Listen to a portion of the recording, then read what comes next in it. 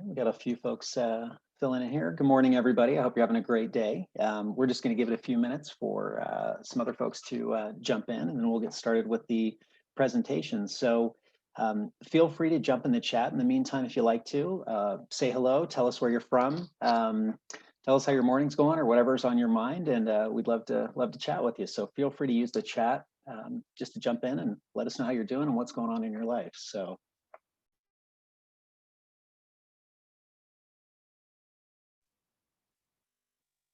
All right, yeah, we'll give it just another quick minute here. So, hey, Austin. All right, I was down there not too long ago, so we've got an office down there. It's awesome. So I love Austin. It was a great great visit and great folks down there too. So, gosh, a lot of Texans. Awesome stuff. Yeah. Some West Coasters there, some East Coasters, Midwesters. I dig it. Good mixture of folks from all across the U.S. So great to see everybody. So let's see here. Give it just another moment to filter in. Oh, warm Florida. We're getting kind of brisk out in the west here, and I'm in Utah, so getting a little chilly. I'm sure within the next 2 weeks we'll probably start seeing snow in the mountains. So fun stuff out here. But let's see. Yeah, let's go ahead and get started. We've got a lot of really great content for you, so I don't want to miss out on any of this. So I'm going to go ahead and we'll share our screen and we'll give you a little bit of instruction on how this process works, and we'll get rolling with everything here. So yeah, first and foremost, good morning, everybody, and hi to all of our Seller School sellers. If you haven't met me yet or watched the introduction video, my name's Brian Ballou, and I'm going to be your instructor through this 6-week webinar series. Again, thank you so much for taking the time out of your busy schedules. I know, let's see here, make sure that I'm sharing the appropriate screen here.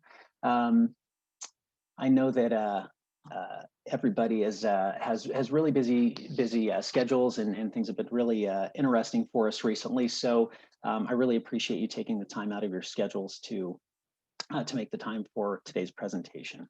So just a little background on myself. I've been with eBay for a little over, let's see here, a little over 7.5 years. I've filled a number of various roles, really helping sellers, everything from resolving issues, increasing their visibility, strategizing on promotions, and really ultimately helping them, increase their sales. I'm a bit of a part-time hobby seller on eBay. My wife makes me basically sell anything before I buy anything new. So we constantly have a cycle of selling and getting rid of old things so we can make room for new things. My mom has been a longtime seller on eBay. She sold her first item in 1998. So really kind of the Wild West days of eBay.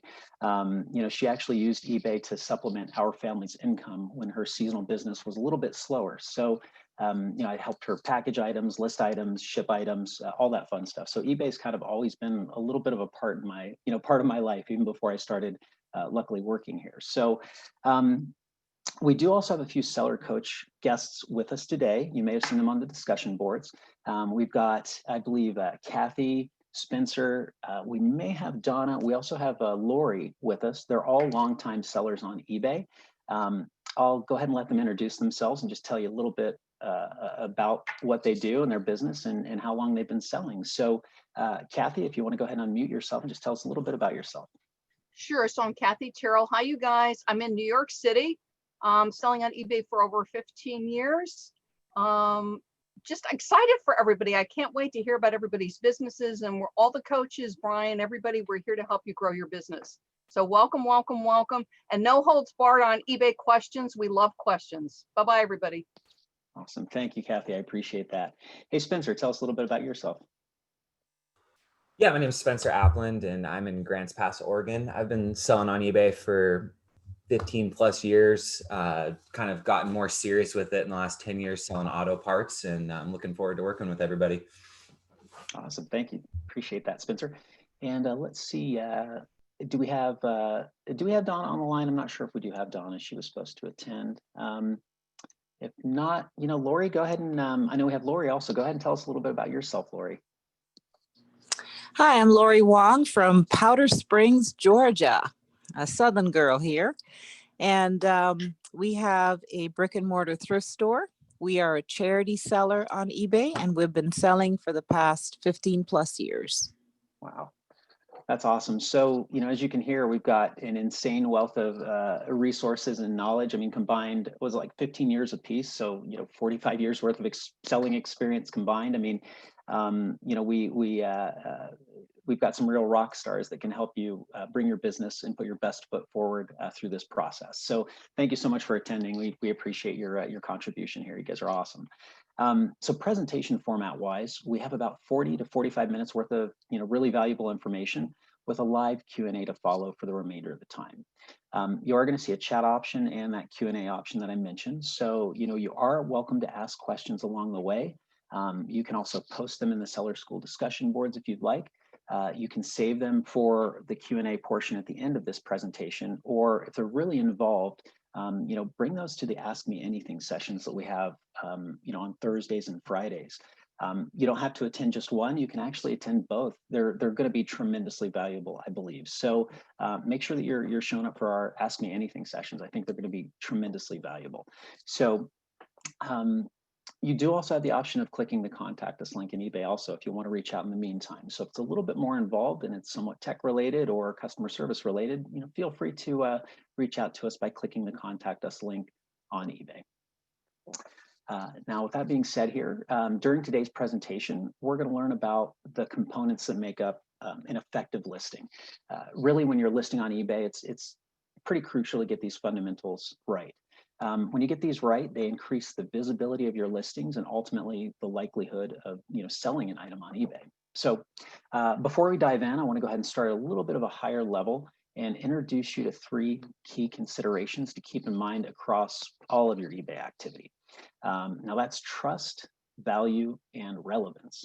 Now we're going to touch on these considerations across your entire 6-week training journey. They're just extremely crucial to your success on eBay. So let's talk a little bit about those.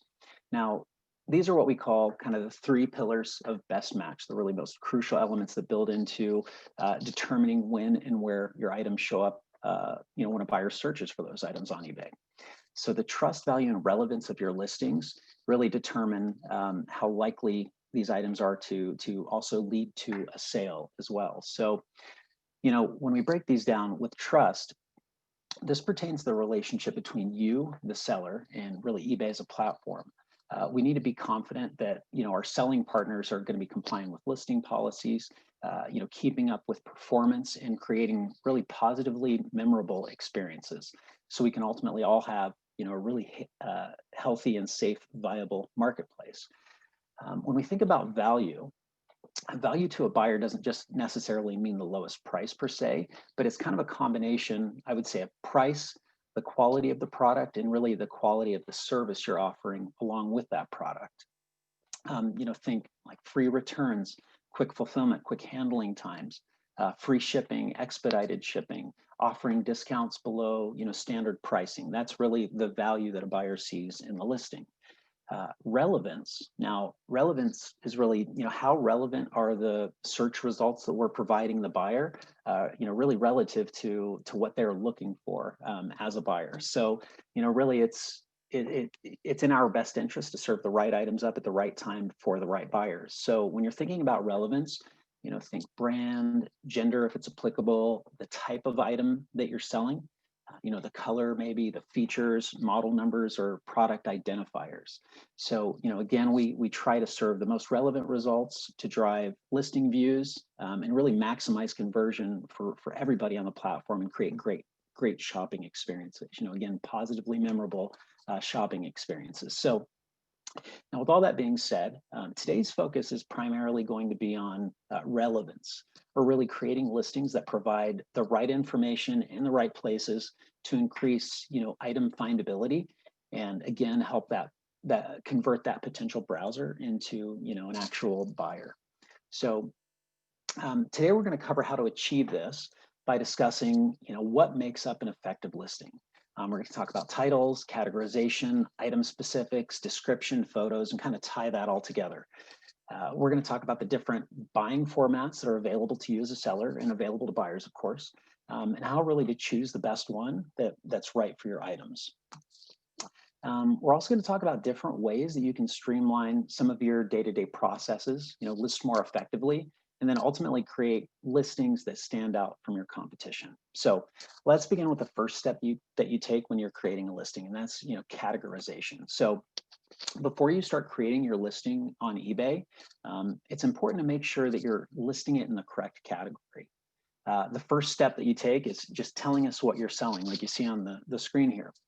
Our system's usually pretty well adapted, I would say, when it comes to determining which category your item should be placed in based on the information you provide here, but it can be a little bit off on occasion. So when you're telling us what you're selling, just make sure that you tell us what kind of item it is, include a few keywords that relate to it, so we can make sure that we're giving you the correct category to put that item into. So we're going to show you the category that it goes into, but if it seems way off, just do a quick search for a similar item and note where those items are categorized and use that formula. So, again, we're aiming to provide items that are relevant to the buyers that are searching for them. It's not beneficial for us to serve buyers like the entire eBay catalog when they search for something. So we actually drill down into specific categories based on what our algorithm believes that a buyer is searching for per se. So for example, if a buyer is searching for a knife, we're not going to show them items in the t-shirt category, because we know they're not looking for t-shirts, they're looking for a knife, unless they search for words like knife t-shirt or something within that t-shirt category per se. So just something to keep in mind when you are categorizing items as well. If you see the other category in the string of subcategories, so you'll see fashion, women's, accessories, so on and so forth, you'll ultimately see the thrown into an other category. If you see an other category, that's a little bit of an indicator that you might want to search a little bit further on that. So, Laura, you were raising your hand there for a moment. You might have something to add in here. Ultimately, I think let's just, for the ease of presentation, let's just make sure that we save some of our little tidbits towards the end there, just so we can make sure that we're kind of flowing with things, and that we may ultimately touch on that as well. So we'll just kind of keep the ball rolling on this, but feel free to ask questions in the Q&A as you go, and we'll be sure to answer those for you. So again, really the bottom line with categorization, if you're not properly categorizing your items, you're really missing out on a tremendous amount of traffic. Just make sure you're in the right category, because again, we try to propagate items, search results based on where we believe buyers would most likely find those items. So just a small tidbit, and you wouldn't believe how many folks kind of gloss over that and don't realize the importance of correctly categorizing or not placing those items in the other categories. So let's talk about titles. That's going to be the first thing that you input after you categorize your items. So these are really one of the most important factors when it comes to driving potential buyers to your listings. Now, strong titles contain a few things. They contain brands, since those brands are searched for often and are generally important to buyers. Gender, when it's pertinent, especially, of course, with fashion items. Buyers search for model numbers, and you should include those in the title when they're available. They're searched for pretty frequently with tech items and other items that have unique identifiers. Colors as well, if it's pertinent in the category, specifically fashion items, things like that, where color varies, or buyers might be looking for certain color patterns or options, things like that. And then styles, model types, things like that. Sleeve length, hoodie, sweatshirt, versions or models of different tech products, things like that. So again, these are all pertinent elements that buyers search for when they're looking for items on eBay. Titles should be somewhat descriptive, complete, and again, really containing relevant terms that buyers search for. When it comes to titling items as well, I like to think like my customer. I try to put myself in their shoes and think, what would I be searching for if I was trying to find this item? Sometimes I'll even search for other items on eBay and get a few ideas of what they're doing with their titles, which we'll touch on a little bit here. But Let's go ahead and take a look at a few examples of what we consider effective titles and how they vary just a little bit depending on the category that you're actually listing in. So I know there's a lot of information on here. Kind of looking at the different varying title structures, you're going to notice that most of them follow a similar pattern with just a couple slight nuances. So almost all of these start out with brand outside of books or seasonal items or media items. They all have the type of product that's included in the title, and it's generally towards the front, right? So, looking at example, the apparel or clothing, we've got brand, gender, product type, and the attributes. Ann Taylor women's sweater, size 6. Pretty simple, not too terribly involved. No bells or whistles or extra information that buyers wouldn't necessarily be searching for, but relatively straightforward with the elements that buyers are most likely to look for. So if you specialize in a certain category, you might want to take note here and just take a look at that formula there. If you're not titling your items like this and you make a few tweaks and changes, you really should really see a positive impact in your traffic reports, which we'll touch on in a future discussion as well. But still, if you've got items that are already listed, look at these titles, structure things a little bit differently, and you should see a positive impact. So considering best practices when it comes to titling items, you should avoid special characters and adjectives as well. So if you'll notice throughout all of these different titles here, aside there is a slight typo there in the 1000 Italian Recipe Cookbook by Michelle there, shouldn't actually have the comma there. So we really should be missing, or we shouldn't include any special characters or things like that in our titles, since buyers actually don't search for those. Same thing with words like beautiful, look, or new. That's really valuable real estate that you're using in your title character count that you could use for more pertinent search terms that buyers are really most likely to search for. So save that valuable real estate for words that are going to drive traffic, not words that are going to accentuate the product. That's not necessarily what the title's function is per se. So, another thing to consider, titles don't need to read like sentences, but they shouldn't be just like a mishmash of random words either. So again, if you're having trouble determining titles, just search for similar items on eBay and, get a good few, get a few ideas. What items are appearing first. Maybe they're using different pertinent keywords that you're not using, or gender specific offerings, or maybe they're just structuring their title a little bit differently. So, really, what is your competition doing that you're not doing that may be leading to, higher search results? So let's move on to item specifics and how item specifics can help drive traffic to your listings when buyers are on eBay, and even if they're searching outside of eBay as well. So item specifics, it's a lot of data entry, honestly, not a tremendous amount of data entry, but it is a little more data heavy than other areas. It can be, cumbersome or time consuming, but honestly, I can't overstate the importance of item specifics when it comes to driving traffic and potential buyers to your listing. Like I said, when they're on eBay and from outside of eBay. So item specifics help with a few different things as well. So item specifics help with mobile optimization. So as you can see in the about this item section of the left screenshot here, we've got the gender and the material. That's specifically based off of item specifics that are entered for this item in this category. Item specifics can also help with refined and filtered search results, which you can see on the right phone screenshot over there. So we have the number of chain rings, the crank arm length, and the brand as well for this specific type of category that I'm searching in. So these are pertinent elements that as a buyer, I may want to drill down into a little bit further. Item specifics can also help with buyer reach outside of eBay, and notably from the Google Shopping platform. So Google Shopping is based off of a few different variables, which we'll touch on the other variable a little bit later here in this presentation, but one of the big variables is item specifics. Google Shopping is very big on relevance as well, so they want to make sure that they're serving the right items that are searched for when folks are browsing on outside search engines. So again, you know, item specifics are crucial when it comes to showing up as best as possible, not just on the eBay platform, but as casting a wide a net or potential customer funnel as possible by showing up outside of eBay. You know, item specifics also help give buyers a better understanding of what's being purchased.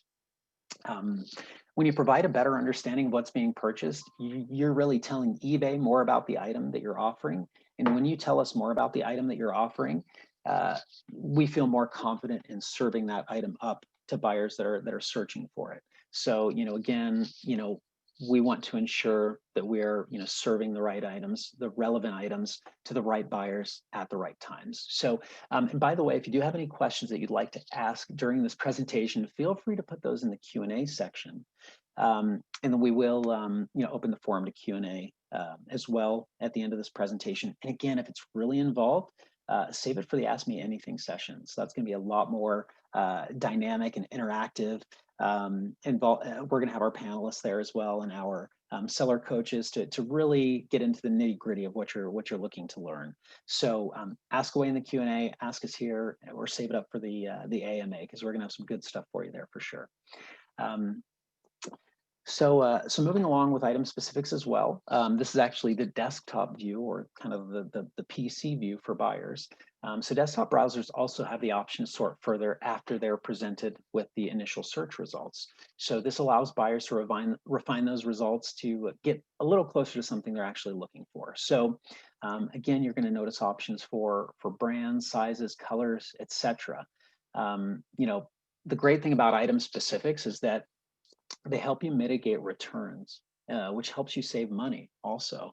So really a more complete purchasing experience leads to a decreased likelihood of those items being returned. You know, buyers can't handle that merchandise. And buyers want to receive what they believe that they're purchasing. So really the more information you can provide, the better for that buyer and for eBay. You know, again, I know, you know, this can be a little bit of a tedious process, but if you're skipping over item specifics, you're really missing out on a ton of increased traffic. And ultimately with eBay, more traffic means more sales. So the more you can increase the visibility of your listings, the higher the chances of you being successful in selling your items on eBay. Now, when you're creating listings, it's important to focus on what we label the recommended item specifics and supply that information. You know, we recommend these item specifics because we understand that buyers are looking for these features like the chain length or the number of cranks, things like that, or certain colors, or is it a certain feature or fit, right? Is it a loose fit? Does it have a zipper? Is it water resistant? You know, these are things that some buyers might be looking for. And if you include this information as the buyers drill down, your items will show up, and folks that aren't using those specifics are going to gradually be weeded out. So again, when we're talking about increasing the likelihood of your items being seen, we have to make sure we're using everything available, everything that you have resources to access to create as complete an understanding of what's being purchased as possible. Now here's the good thing. Now, if you've already created listings, you should keep an eye out for this bar that you're going to see here. This shows up in your Seller Hub and the overview page, or in your listings page as well. Or I'm sorry, it is in your listings page, not the overview page, excuse me. But we use this bar to actually communicate any details that you should probably update to increase search engine optimization really for your items. So keep an eye in the listing pane there. You notice we got item specifics, item specific recommended. So the seller actually has a little bit of work that they need to do with 1,700 items there. But I'll tell you though, if they take the time to add those item specifics, for those 1,700 items, they're going to see a tremendous return on that investment. I mean, their visibility would be, you know, tremendously increased. So item specifics are insanely important when it comes to visibility. I can't hammer that in, the importance of that enough. You know, here's a pro tip. You know, always use correct item specifics. I know it seems kind of silly, but I have seen folks that will just kind of fill in whatever they want to fill in at the time that they're filling it in. It's not the best way to do things. That can drive unnecessary returns and cause, listing churn if it confuses buyers. So, if you're unsure of the item specific you should add, just research it and skip over it if it's, if you feel it's appropriate. So on my end, I will generally skip over an item specific if it takes more than about like 30 seconds to consider or really research. So if it gets too involved and I'm finding that I'm spending too much time there, I'll generally gloss over it. Sometimes I'll look at other listings and see what specifics that they, include. So do a little bit of research on your competition. Make sure that you're including the right specifics because they're extremely valuable in driving traffic to your listings in combination with the title. So now with that being said, let's talk about photos and some of the best practices to keep in mind, when you're taking those. So with photos, high quality photos, ultimately, they encourage customers' confidence in the way that you handle your items and really your overall business practice.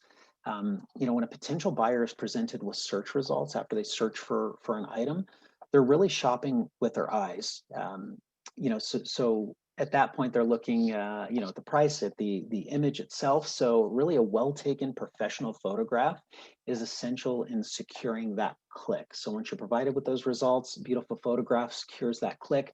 And then once you secure that click, hopefully that's going to lead to a sale. So let's take a look at a few different examples here. So if we take a look at this image, really it's well lit, it's beautifully presented, it's extremely professional. And this is the gallery image. This is the image that I'm presented. This is the first image in your eBay listing. This is really the image that I'm presented with as a buyer if I search for an item. So this is going to be key to, again, securing that click. Now, take a look at this photo right here. So same guitar, a little bit of a different type of guitar here. This one's an open box, a little bit of a discounted price, but still with this photo, it's dimly lit, it's blurry, it's got a busy background. It looks like this guy's storing his stuff in his apartment maybe. Not terribly sure on this, but either way, it's an open box as well. I'm not terribly sure if it's got damage. It's a little bit of a, not necessarily as trustworthy of an experience as I would consider if I were to purchase per se the item above that. So, I'd rather spend that premium with a trustworthy seller or just wait till I have the money, to buy the right item at the right time rather than gambling with that condition of the item pictured below. So, a few things to keep in mind when you're taking photographs. Be transparent. Ultimately, if there's a flaw, be sure to show that in the photos. You're providing a complete understanding of what's being purchased. Be mindful of lighting and experiment with, artificial or natural light.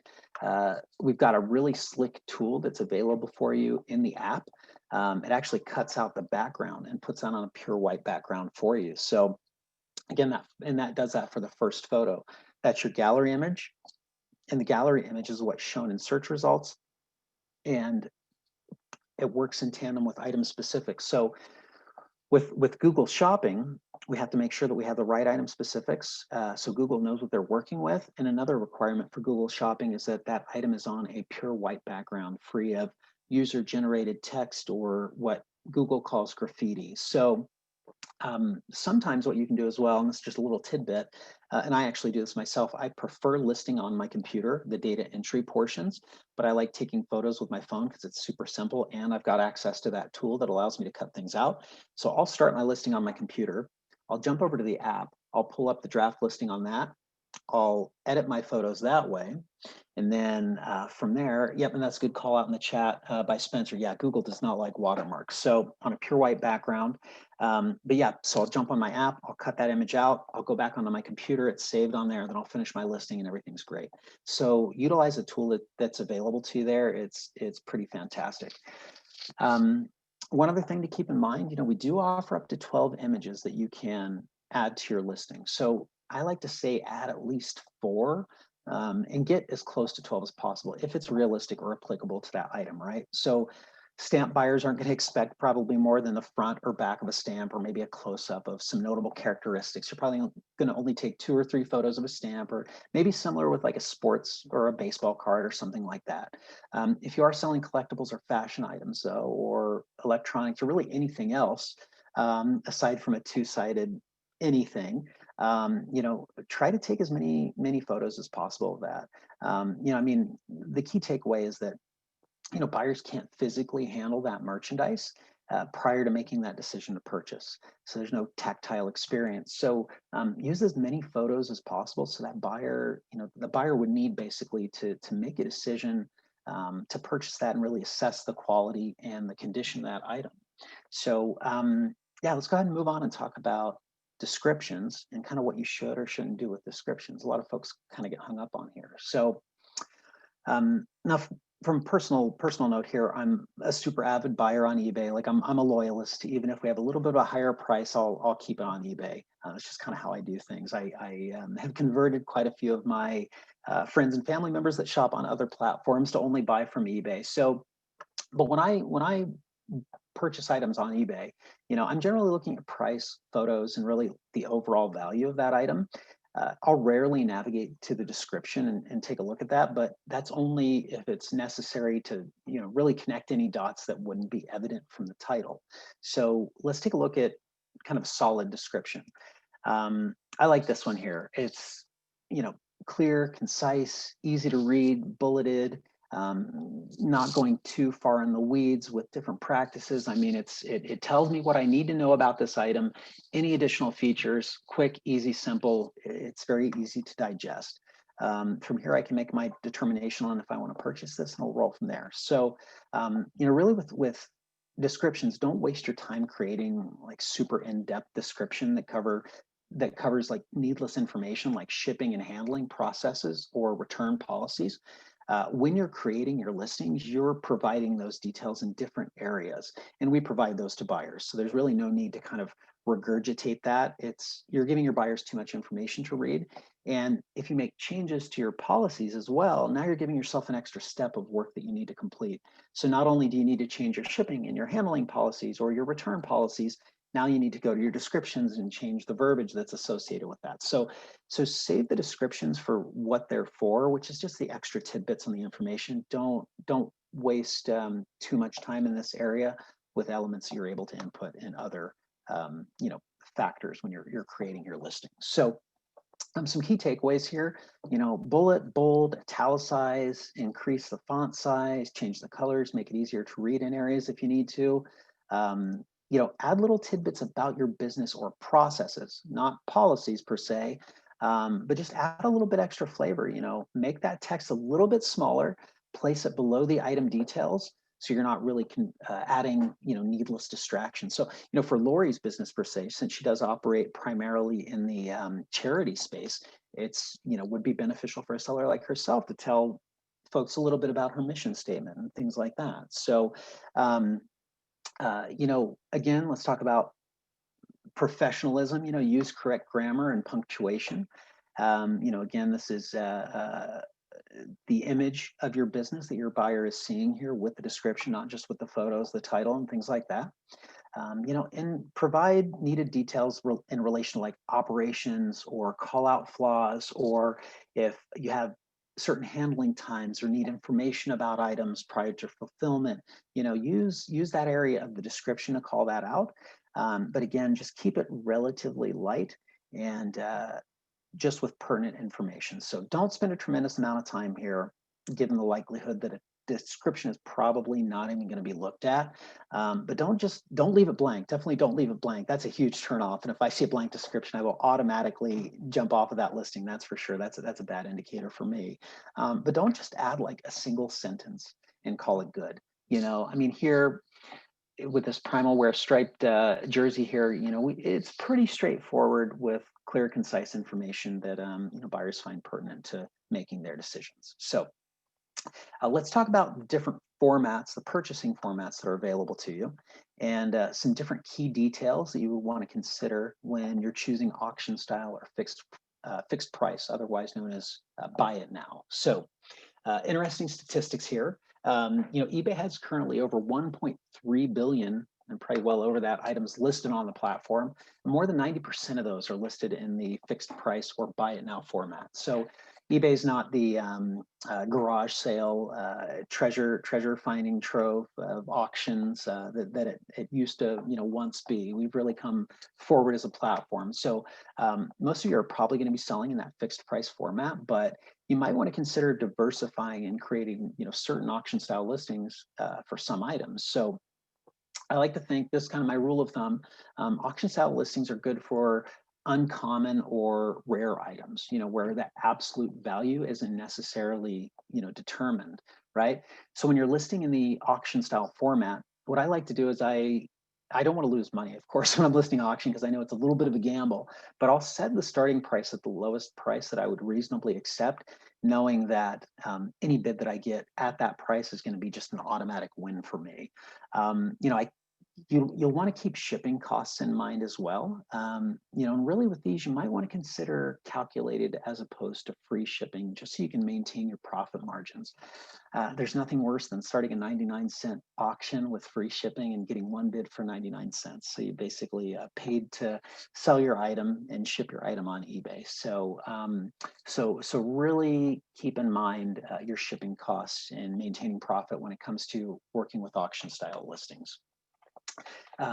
Fixed price listings are great for, of course, items that have a predetermined market value, or items that are relatively easy to find in today's online, commerce world. So a little bit of a no-brainer here, but honestly, I think auction style listings absolutely have their place on eBay, and if you do it correctly, you can really drive some tremendous sales numbers with auction style listings.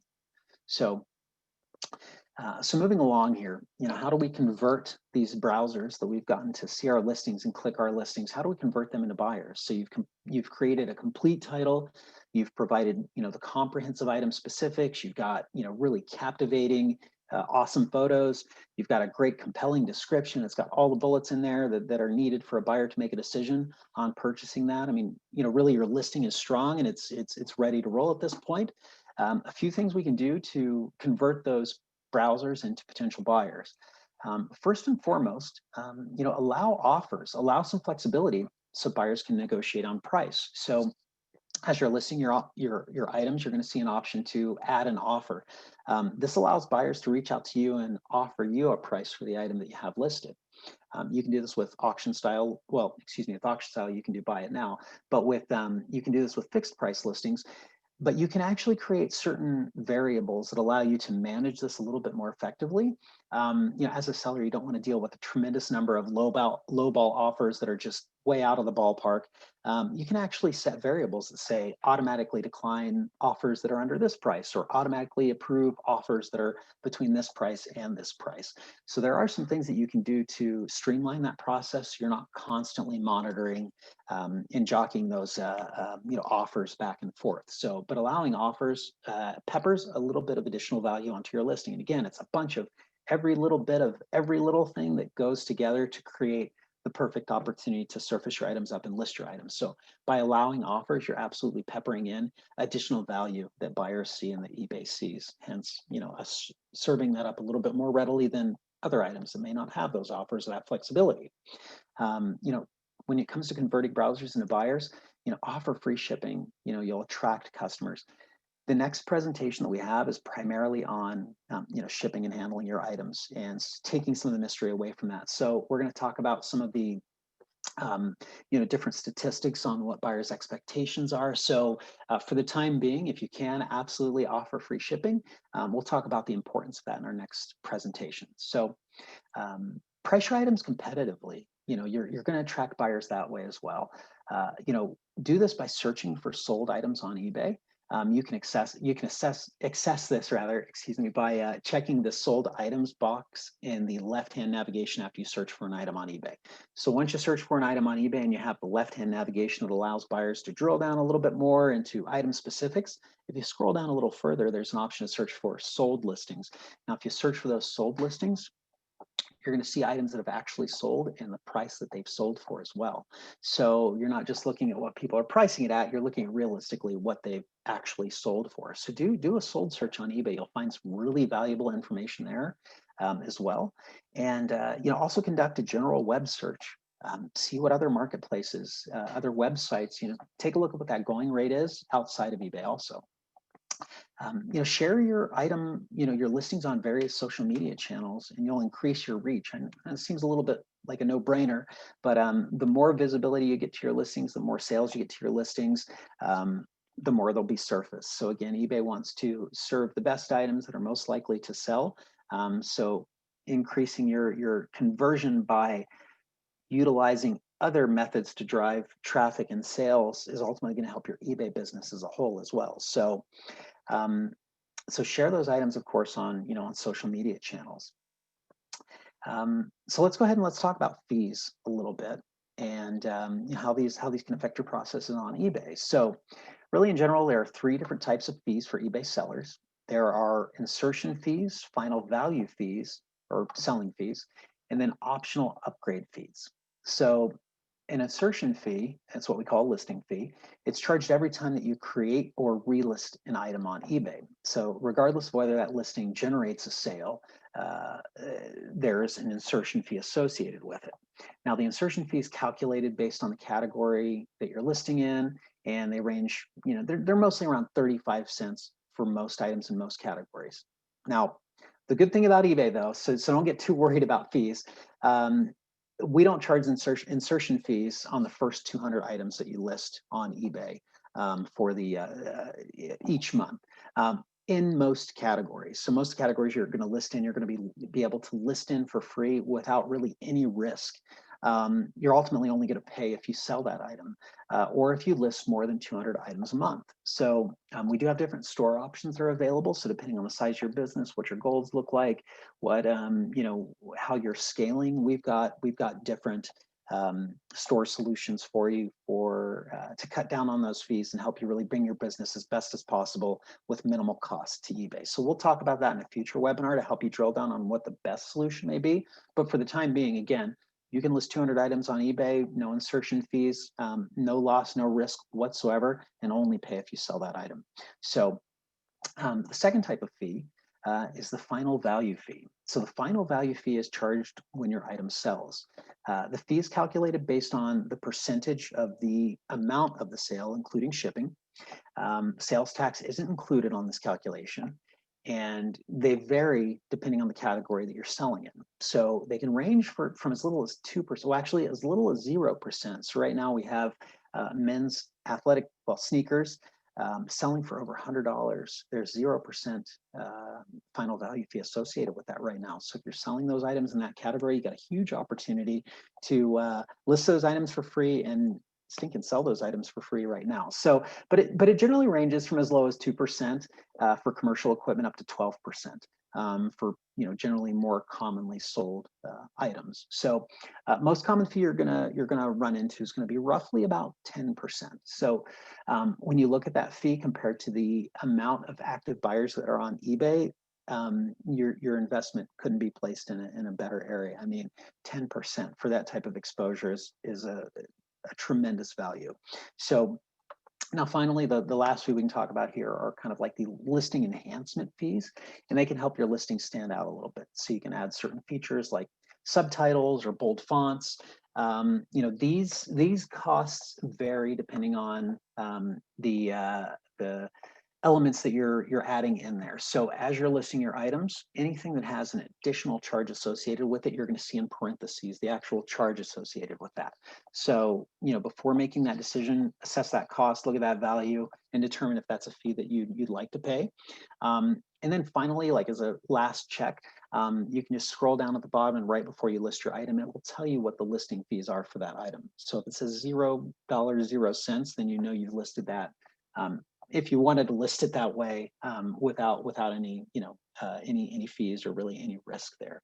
So again, just gloss over that and make sure that that aligns with what you're looking to achieve there, whether it's paying for those additional fees or not, and list away. So, but again, the big takeaway here is you can list up 200 items a month without any risk whatsoever, which is a great investment, honestly, in my opinion. And that's how we differ from a lot of platforms that are out there. So, so now we have some advanced learning paths in Seller School.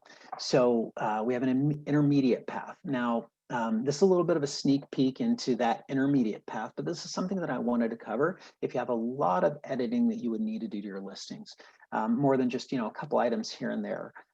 We actually have a bulk editing tool, and it makes your editing process like faster and way more efficient. So a little bit of a sneak preview on the tool. Now, the bulk edit tool allows you to add details to all or some of your descriptions, or if you want to add certain items, specifics to items that are in a certain category, or you want to add to, or you want to turn on certain features for your listings, things like that. The bulk editing tool allows you to edit up to 500 active listings at a single time. So with that, what you do in your active listing flow is you just select the items that you want to edit. Then you just click the edit button that's up above there, and that pulls your items over into a spreadsheet view, as you see on this desktop right here. So once you're in the spreadsheet view, you just click the items that you want to make the changes to, and then you'll have a little drop-down box. You can change your categories, conditions, formats, specifics, all that fun stuff. So if you have to make several changes to several listings, use the bulk editing tool. It can save a heck of a lot of time for you. One other thing I want to touch on here are multi-variation listings. If you're a browser or a buyer on eBay, you've probably come across these. These are pretty valuable, and they're available in most categories that you list in, where we understand that variations would be something that buyers are searching for. Variations give you an opportunity to sell more items because you're offering more variance within those listings. I've come across t-shirts before where I didn't realize they were offered in a certain color or a certain print, but the variation listing showed me that they were, and I've actually bought multiple items that way. So, for instance, if you're selling sneakers, you can have up to 5 variations associated with that, including color, the size, the width, the material, even the style. So, again, mostly in fashion categories, certain tech categories, other categories. If it is available to you, you're going to see an option to add variations.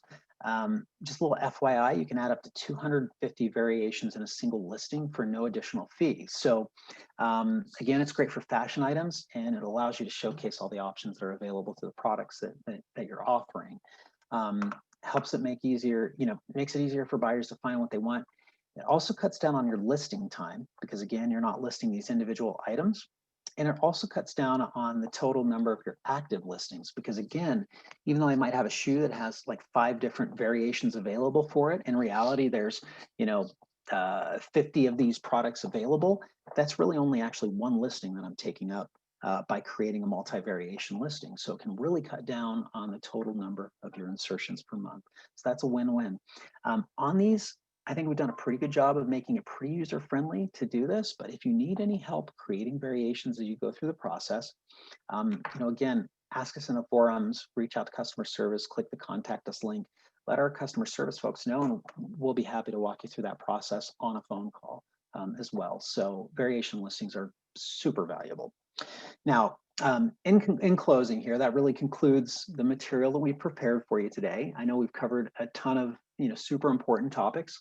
Let's kind of run through the top takeaways before we move into the Q&A portion. So, big takeaway: strong, well thought, complete titles. Take the time to research those if you need to.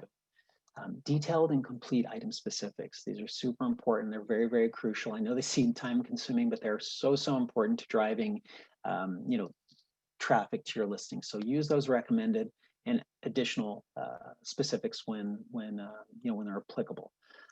Take compelling photos. Showcase the item, showcase your professionalism. This is a big reflection on you as a seller on eBay. This is your opportunity to put your best foot forward in this visual medium that we're shopping in. So compelling photos are a great way to seal the deal. So speaking of sealing the deal, you seal it with your description, add what's needed, provide more compelling info for the product, maybe your business model, your process, things like that. And don't go too far overboard with descriptions.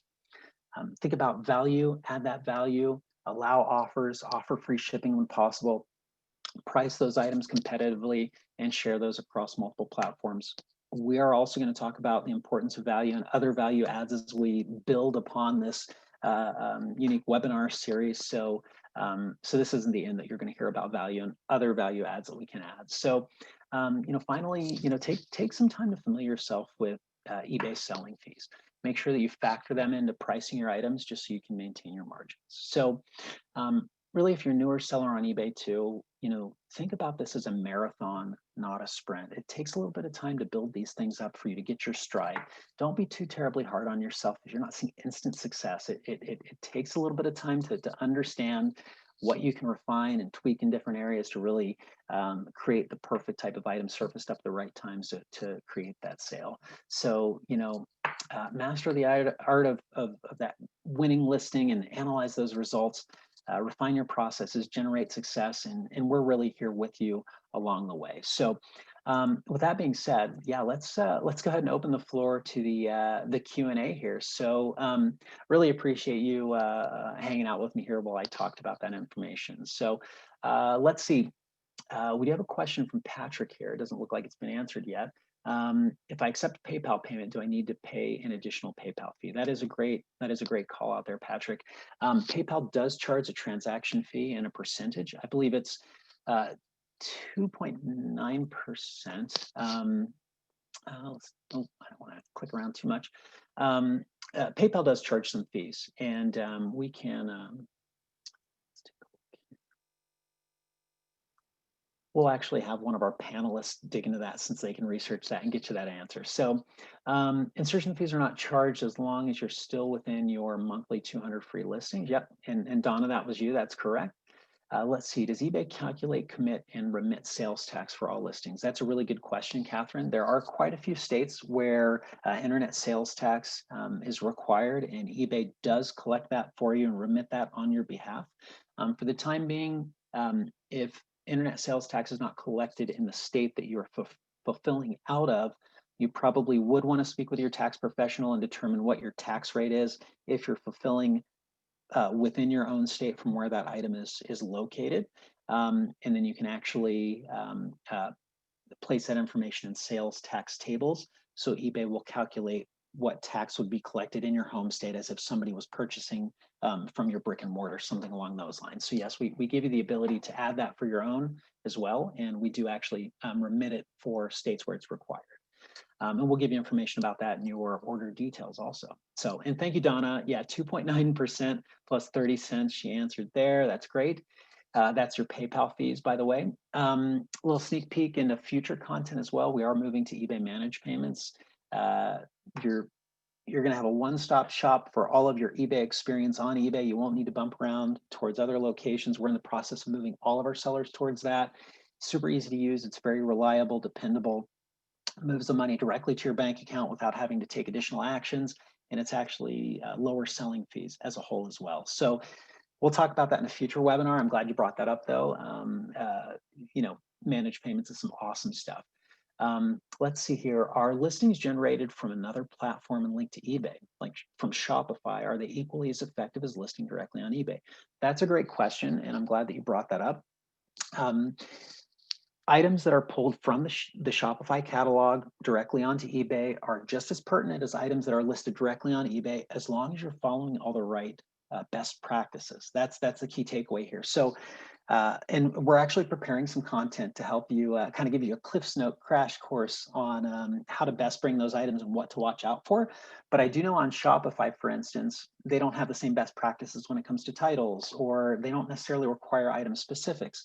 So when you are working in the kind of the sandbox between Shopify and eBay, there are going to be certain factors that or elements that you'll need to fill in. Here's my title on Shopify. Here's what I want my title to be on eBay when I bring it over. This is how I'm going to merge it. Here's my title Shopify. Here's these variables. Well, here's my item specifics or item, I believe they call them attributes on Shopify. So great question. As long as you're following the right best practices, but working in between those systems to get those best practices to eBay, you'll still generate just as much success as if you're listing those on eBay themselves. So let's see. Oh, thanks, Donna, for clarifying the sales tax question there. Let's see. Yep, we collect and remit sales tax there, and perfect. Yeah, that looks like all of the open questions that we currently have. If anybody has any more here, we have about 5 more minutes. Let's see. How do you safely mail a stamp? Giving tips for mailing collectibles. Yeah, so we do talk in our next presentation about shipping and handling, different best practices when it comes to shipping and handling your items. What I would say for stamps, if the stamp has value, you probably wouldn't want to just mail that stamp like regular postal. You would probably want to go with a first class service that's trackable on eBay. The cool thing about first class service on eBay, gosh, I'm giving you a little sneak peek. We offer really discounted rates. You could ship an item first class across the United States for like under $5.50, I'd say. And it's usually like around $3.50 to $4. That's got tracking included with it, and then you can actually add additional insurance for that as well. So first class wise, if I were mailing a stamp, I place that in a protective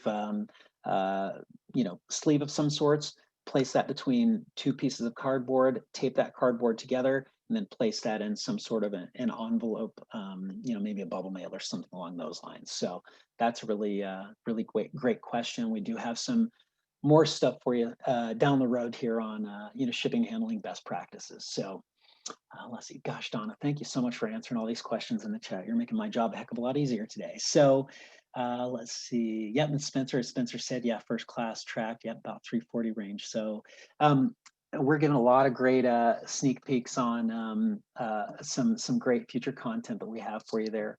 Let's see, Lisa, you raised your hand there. I don't think we can unmute your mic here, but if you want to place a question in the Q&A, feel free to, and we'll definitely get to you there. So let's see. Courage Kimber says, I'm not offering returns on my items because I will be out of the country. Should I offer returns, but let them know international return shipping in the description because I will be in Paris. I'd love to get into that a little bit further. Courage, are you permanently living in Paris, fulfilling from the United States then and living in Paris? That'd be a question that I would ask, because if you're fulfilling from the US, it'd be beneficial to probably create return policies that go directly back to the US there. So that might be something we can chat about in the AMA, maybe place that in the chat or the message boards there on Seller School, and we'll dive into that a little bit further. But that's a good question. We have a solution for you on that for sure. UPCs are very important on eBay, absolutely. For again, relevance, they play in the specifics. The eBay app has a UPC barcoding scan feature as well. So sometimes, like when I'm in Walmart or Target or something, if I see a toy that I want to get for my kiddo and I'm wondering if I can find a better price on that, I will scan that with eBay. Or if I'm looking at buying something as well and I found something in the discount rack, I'll throw that up on eBay and see what the going rate is for that and determine if I want to purchase it. So yes, UPCs are pretty important. CBD based products. I know it's super hot, like you said, and the margins are fantastic. There's a lot of red tape associated with that right now. And since we're a massive platform, we're playing the better safe than sorry card, and we're just not allowing folks to dip their toes into that until things are a little bit more ironed out from a legal standpoint. So right now, unfortunately, CBD based products are not allowed on the platform, but stay tuned. We know it's a hot topic. We're working as best as possible to create those variables for you. So let's see, gosh, Donna, so much great information here in the Q&A for everybody. Let's see here, is there reporting amount of taxes paid by eBay? You can get that information from your orders, order details, or by downloading order reports, which we'll talk about in the future. So Courage, you are based in Paris, it looks like, fulfilling from the US. I think let's get into this maybe in the message boards, because I'd want to know a little bit more about why you're not just returning back to the US if you're fulfilling from the US. You may, like you said, you may want to go without a return policy, but there are some other things that we'd want to take into account there. So we need to dig into that one a little bit further. We will get you an answer for that, but I think there's some more that we need for that. So let's see, repost fees. So if you are listing your items, they're going to be good till cancel. They're going to list for 30 days. So when that item relists, it's not going to relist with a fee, as long as you're not going over that 200 mark. So And yeah, you can print out your monthly report. So, honestly, we are at time right now. So, again, I really want to thank you so much for your time. Take full advantage of those discussion boards. Ask questions, join conversations, show up to the AMAs, show up to the future webinar presentations, contact us at customer service if you need to. You've got dedicated help and some rock star coaches to really help you make the best of your time. So thank you so much for attending this webinar. Thank you for the great questions, and hope to see you at next week's webinar. Hope to see you at this week's AMA, and happy selling, everybody. So thank you so much.